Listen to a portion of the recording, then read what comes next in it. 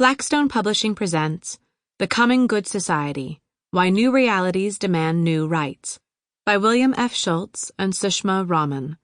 This book is read by Erica Sullivan. To Stephen and Lee, brothers in all but blood. Bill. To my husband, Troy, my source of inspiration and support. Sushma. Introduction. Rights are not static things, permanent and perpetual. They don't all stay the same from generation to generation. Some of them evolve and change depending on changing norms and circumstances. We humans adapt rights to history. As history changes, so do rights. Indeed, sometimes brand new rights arise that few people had ever contemplated before. When that happens, rights undergo a revolution. That is a premise of this book, and it is not an uncontroversial notion. One reason such a conception of rights prompts debate is because opponents of rights, in this case human rights, though this book is about all sorts of rights in addition to those of humans, would like nothing better than to toss them into the proverbial trash can of history. They would love, in other words, to provoke a counter-revolution.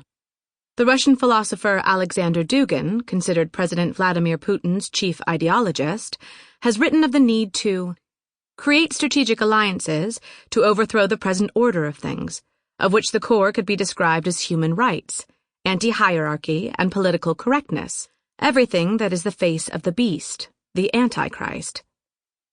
If rights are not lodged in something solid and eternal, such as perhaps natural law or inherent human dignity, are they not vulnerable to vultures like Dugin?